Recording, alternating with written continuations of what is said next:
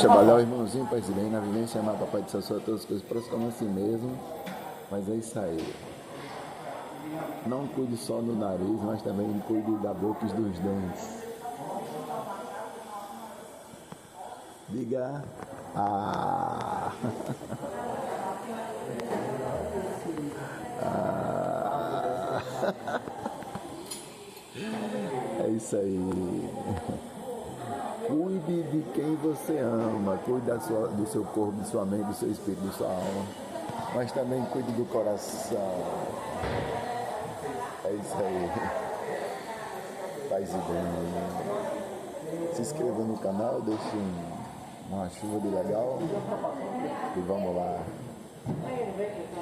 A saúde é o mais importante. Quando você não cuida da saúde, além da dor, você não dorme, você não se alimenta bem. Então é isso, cuide da saúde. Amém.